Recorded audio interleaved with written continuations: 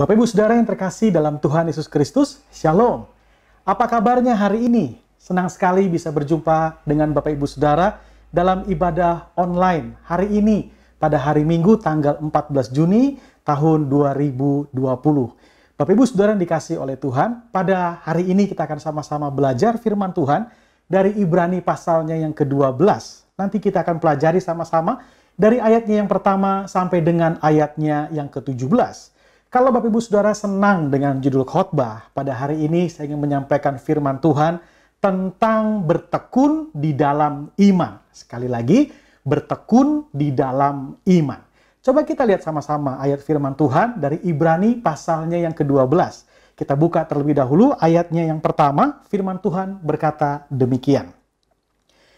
Karena kita mempunyai banyak saksi bagaikan awan yang mengelilingi kita, marilah kita menanggalkan semua beban dan dosa yang begitu merintangi kita dan berlomba dengan tekun dalam perlombaan yang diwajibkan bagi kita. Garis bawahi kata perlombaan yang diwajibkan bagi kita.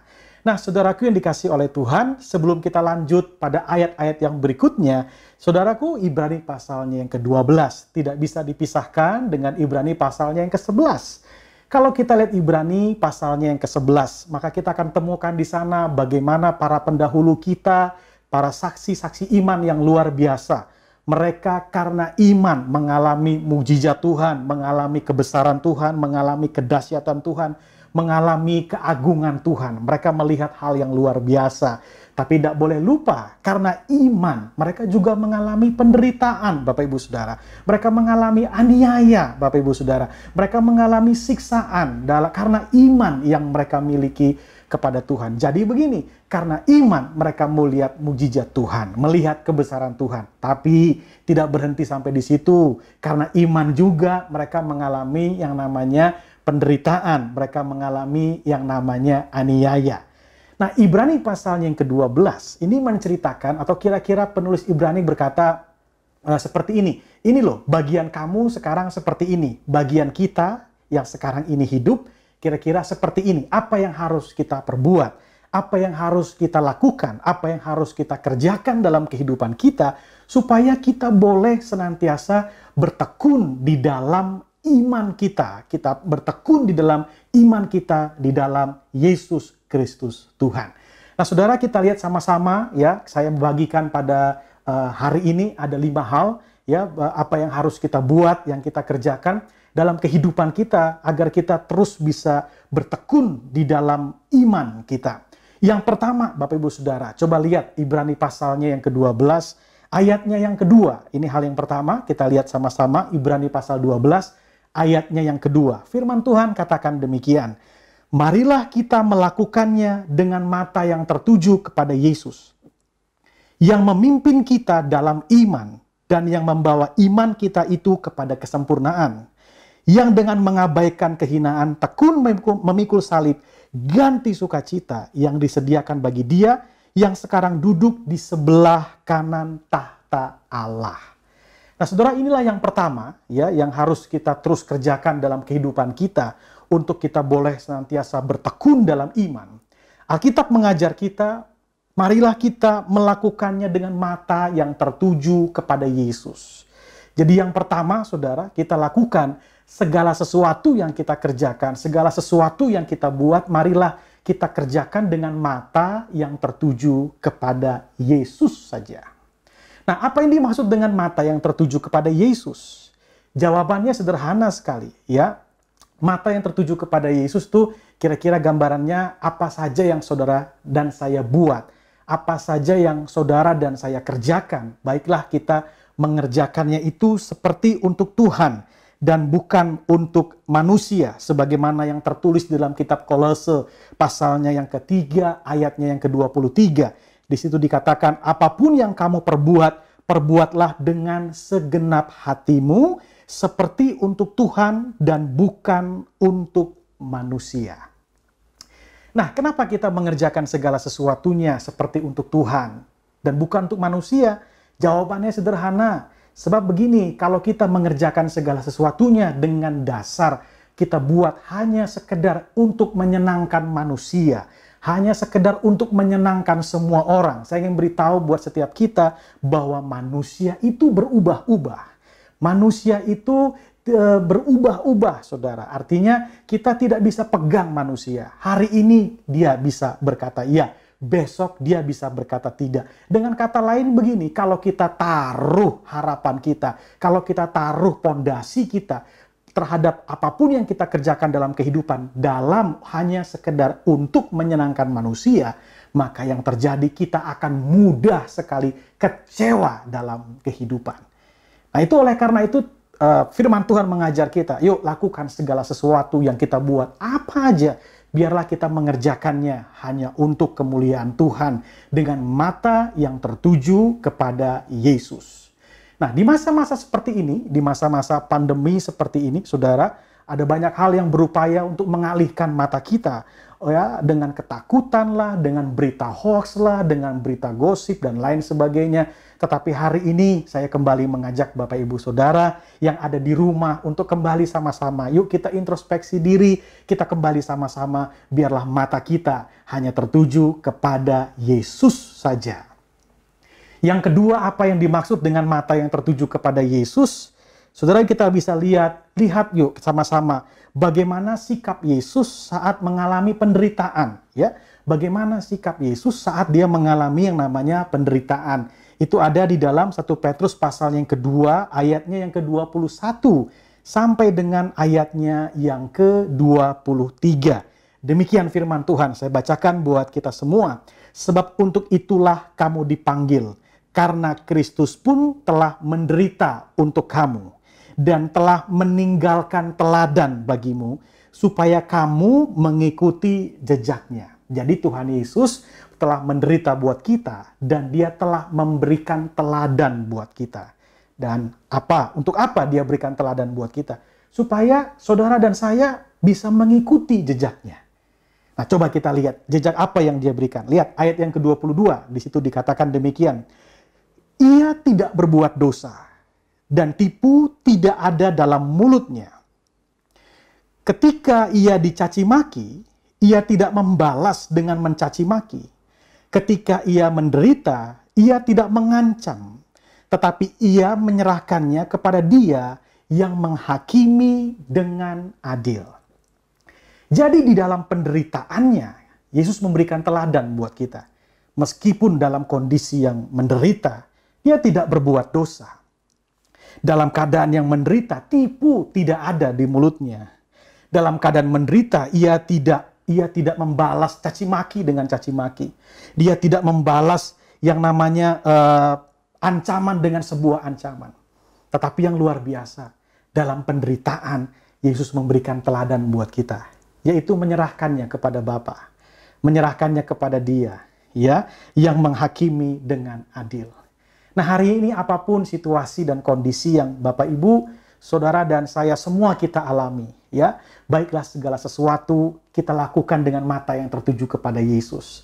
Semua yang kita buat, kita tanam, kita kerjakan bahwa dasarnya bukan sekedar untuk menyenangkan manusia, tapi biarlah senantiasa untuk mempermuliakan nama Tuhan.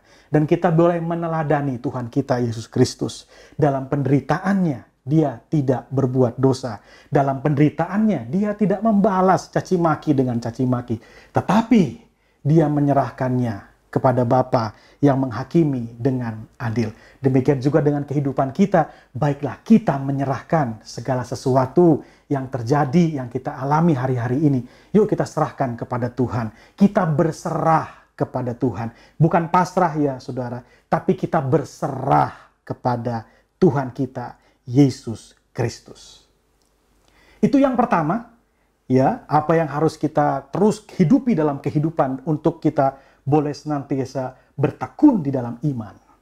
Yang kedua, apa yang harus kita terus kerjakan dalam kehidupan ada di ayatnya yang ketiga, saudara.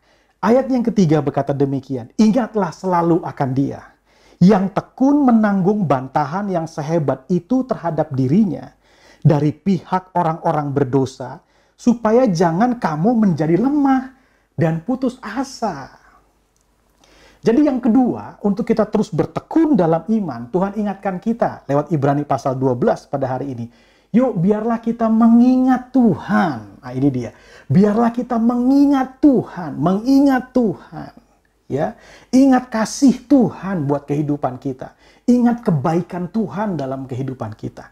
Ingat segala sesuatu yang Tuhan sudah buat, segala sesuatu yang Tuhan sudah kerjakan dalam kehidupan kita. Oh, terlalu baik Tuhan kita, saudara. Ya, terlalu baik Tuhan kita. Betapa hebat dan luar biasanya Tuhan yang begitu hebat dalam kehidupan kita. Di sini dikatakan, kenapa kita harus mengingat Tuhan? Firman Tuhan berkata, supaya kamu jangan menjadi lemah dan putus asa. Nah, seringkali orang lemah. Seringkali orang putus asa. Karena seolah-olah dia hanya sekedar melihat hari ini apa yang terjadi. Dia lupa bahwa di masa-masa yang lampau, Tuhan sudah mengerjakan banyak hal dalam kehidupannya. Itu makanya di dalam kita perjamuan kudus, suka dikatakan dalam ayat firman Tuhan, biarlah ini diperbuat untuk mengingat akan aku, kata Tuhan Yesus ya. Mengingat akan Tuhan, mengingat akan apa yang Tuhan sudah perbuat, apa yang Tuhan sudah kerjakan dalam kehidupan. Saya percaya sederhana, orang yang selalu mengingat Tuhan, mengingat kebaikan Tuhan, mengingat kasih Tuhan, mengingat penebusan Tuhan dalam kehidupannya, maka orang itu nggak akan mudah putus asa. Maka orang itu tidak akan mudah untuk lemah dan tidak akan mudah untuk dikalahkan oleh berbagai macam situasi dan kondisi yang terjadi. Karena itu firman Tuhan mengatakan dalam kitab Filipi pasalnya yang keempat, ayatnya yang ke-8, firman Tuhan berkata sederhana, jadi akhirnya saudara-saudara, semua yang benar, semua yang mulia, semua yang adil, semua yang suci, semua yang manis, semua yang sedap didengar, semua yang disebut kebajikan dan patut dipuji, pikirkanlah semuanya itu. Nah, biar ini semua yang ada dalam pikiran kita. Saya memaklumi kalau ada kekhawatiran, ada kegentaran, ada ketakutan di masa-masa seperti ini. Tapi jangan biarkan kekhawatiran, jangan biarkan ketakutan itu menguasai pikiran kita. Ingat akan Tuhan. Satu kekuatan yang seringkali saya kerjakan di hidup saya. Ketika mengalami tekanan dalam kehidupan, ketika mengalami goncangan dalam kehidupan. Bahkan Bapak Ibu Saudara, di masa di mana saya nggak tahu mesti berbuat apa. Yang selalu menjadi kekuatan yang bikin saya, seperti firman Tuhan katakan, tidak putus asa adalah ketika saya mengingat kebaikan Tuhan yang begitu besar dalam kehidupan saya. Itu menjadi kekuatan tersendiri. Ada kekuatan yang lahir di hati saya karena Tuhan begitu baik buat kehidupan saya. Saya percaya kalau Bapak Ibu mengerjakan hal yang sama, yuk ingat kebaikan Tuhan. Ingat kasih Tuhan, ingat penebusan Tuhan, ingat semua yang Dia sudah buat dalam kehidupan kita. Maka saya yakin dan percaya, kita akan tetap kuat, kita akan berdiri teguh di tengah situasi dan kondisi apapun yang terjadi dalam kehidupan kita. Nah, saudara yang dikasihi oleh Tuhan, itu poin yang kedua yang kita coba kerjakan terus dalam kehidupan kita, untuk kita bertekun dalam iman kita. Yang ketiga, Bapak Ibu Saudara yang dikasihi oleh Tuhan, sama-sama kita lihat firman Tuhan di ayatnya yang ke-12 sekarang. Ya, ayatnya yang ke-12. Ini yang ketiga yang harus kita buat, kita kerjakan untuk kita terus bertekun di dalam iman, dalam situasi dan kondisi apapun yang terjadi dalam kehidupan kita sebagai orang percaya. Ayatnya yang ke-12 firman Tuhan berkata, sebab itu kuatkanlah tangan yang lemah dan lutut yang goyah. Yang ketiga ini, saudara, kita diingatkan untuk saudara dan saya bisa saling menguatkan. Nah, ini penting ya. Sebagai orang percaya, kita diminta untuk saling menguatkan satu dengan yang lain. Bukan saling menjatuhkan, bukan saling menggosip satu dengan yang lain, tapi kita diminta untuk saling menguatkan satu dengan yang lain. Saudara, memang secara situasi, secara kondisi hari-hari ini, kita tidak bisa bertemu secara live atau secara tatap muka, secara langsung. Tapi bersyukur oleh anugerah Tuhan, ya, bersyukur oleh kemurahan Tuhan. Sekarang ada teknologi di mana Bapak Ibu bisa saling berkumpul, bisa saling mendoakan dalam sebuah aplikasi untuk bisa sama-sama merenungkan firman Tuhan, menyembah bersama-sama, untuk bisa saling mendoakan, saling menasihati bersama-sama. Karena saya menghimbau buat Bapak Ibu Saudara yang belum terlibat di dalam KUL atau di dalam setiap kegiatan yang diadakan oleh Gereja GBI Kebun Sirih, Bapak Ibu Saudara boleh ambil bagian di dalamnya, terlibat di setiap kegiatan-kegiatan yang ada Zoom di sana untuk bisa saling menguatkan satu dengan yang lain. Kita bisa melihat bagaimana keberadaan saudara kita bisa melihat bagaimana keberadaan orang-orang yang ada di sekeliling kita, ya rekan-rekan kita di gereja karena belum bisa bertemu, kita bisa berjumpa di sana. Dan saya yakin begini, kita berjauhan, tapi kita masih bisa tetap bersentuhan. Karena itu yuk saling menguatkan satu dengan yang lain, ya, saling menguatkan satu dengan yang lain. Nah ini yang Alkitab katakan buat kita, ya. Oleh karena itu coba lihat dalam Ibrani pasalnya yang ke-10, saudara, ayatnya yang ke-24 sampai dengan ayatnya yang ke-25. Kita lihat sama-sama Ibrani pasalnya yang ke-10, ayatnya yang ke-24 sampai dengan ayatnya yang ke-25. Alkitab atau firman Tuhan mengajar kita demikian. Dan marilah kita saling memperhatikan. Supaya kita saling mendorong dalam kasih. Dan dalam pekerjaan baik. Janganlah kita menjauhkan diri dari pertemuan-pertemuan ibadah kita seperti yang dibiasakan oleh beberapa orang. Tetapi marilah kita saling menasihati dan semakin giat melakukannya menjelang hari Tuhan yang mendekat. Jadi firman Tuhan mengajar kita, marilah kita saling memperhatikan. Ya, marilah kita saling memperhatikan. Saling mendorong dalam kasih. Tuh, dalam kasih. Bukan dalam kebencian, bukan dalam yang lain. Tapi yuk saling dorong dalam kasih. Dan dalam pekerjaan yang baik. Ini yang kita harus kerjakan sebagai orang percaya. Kita dalam kumpulan, kita dalam komunitas orang percaya. Tuhan mau saudara dan saya kita bisa saling menguatkan satu dengan yang lain. Yang kuat, berikan kekuatan kepada yang lemah. Terus, satu dengan yang lain, kita terus saling menguatkan dalam kehidupan kita. Yang keempat, Bapak Ibu Saudara, apa yang harus kita buat, apa yang harus kita kerjakan dalam kehidupan kita untuk kita boleh senantiasa bertekun di dalam iman kita kepada Kristus. Ayatnya yang ke-15 dari Ibrani pasal 12. Ini poin yang keempat. Firman Tuhan katakan begini, jagalah supaya jangan ada seorang pun menjauhkan diri dari kasih karunia Allah. Agar jangan tumbuh akar yang pahit, yang menimbulkan kerusuhan, dan yang mencemarkan banyak orang. Jadi yang keempat, untuk kita bertekun dalam iman, saudara dan saya harus senantiasa menjaga hati kita supaya jangan timbul akar yang pahit. Nah ini dia. Ya, supaya jangan timbul akar yang pahit. Nah sebab Alkitab berkata kalau sudah timbul akar yang pahit, waduh, dikatakan itu akan menimbulkan kerusuhan dan yang mencemarkan banyak orang. Ya, orang itu kalau hatinya udah pahit, saudara, pasti akan mencemarkan banyak orang. Karena apa yang ada di dalam hati ini akan meluap lewat mulut kita. Makanya kalau hati seseorang pahit, maka seringkali yang keluar dari mulutnya itu adalah hal-hal yang senantiasa bicara tentang kepahitan, bicara tentang kekecewaan. Nah hari ini firman Tuhan mengajar kita untuk kita bertekun di dalam iman. Jaga hati kita. Ya, jaga hati kita supaya jangan timbul akar yang pahit dalam kehidupan. Nah hari-hari ini di masa-masa sukar seperti ini, ya mungkin banyak kita yang dalam tanda petik berharap sama manusia, berharap sama keluarga untuk menolong dan lain sebagainya.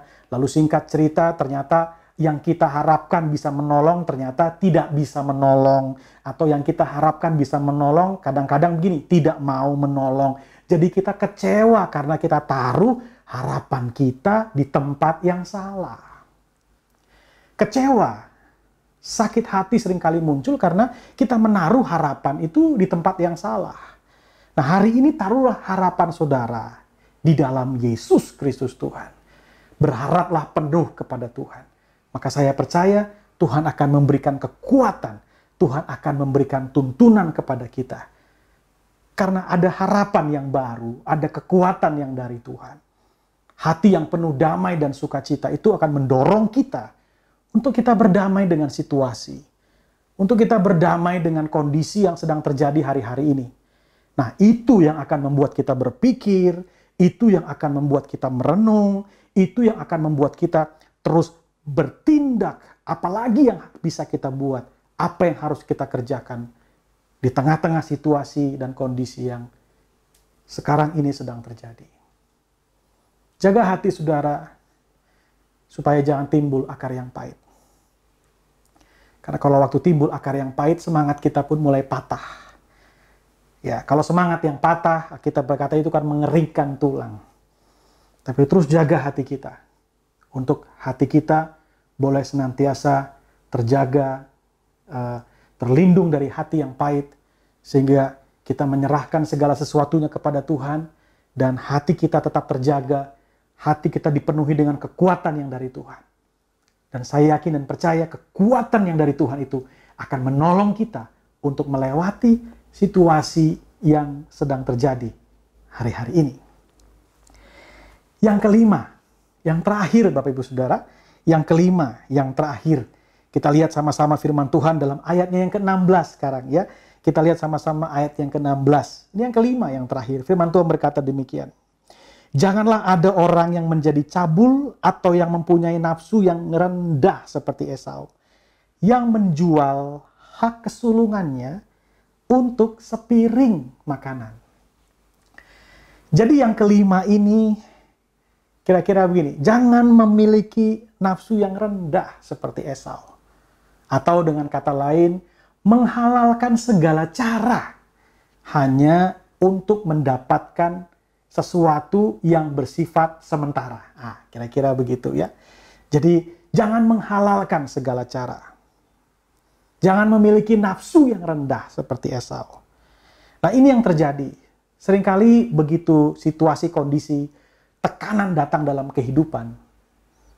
Untuk keluar dari tekanan, terkadang kita suka berpikir hal-hal yang membuat kita melanggar firman Tuhan, melanggar kebenaran. Yang penting saya bisa survive, yang penting bisnis saya bisa bangkit kembali. Masa bodoh dengan firman Tuhan, masa bodoh dengan yang lainnya, dengan kebenaran firman Tuhan. Oh enggak.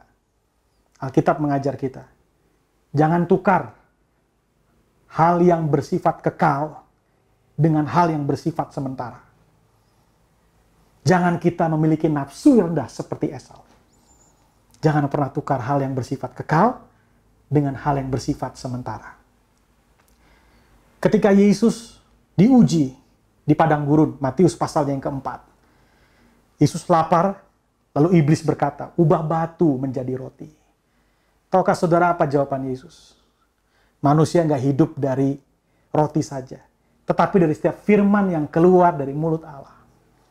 Kita bisa lihat, di tengah kelaparan yang amat sangat, Yesus tidak makan dengan cara yang iblis sodorkan.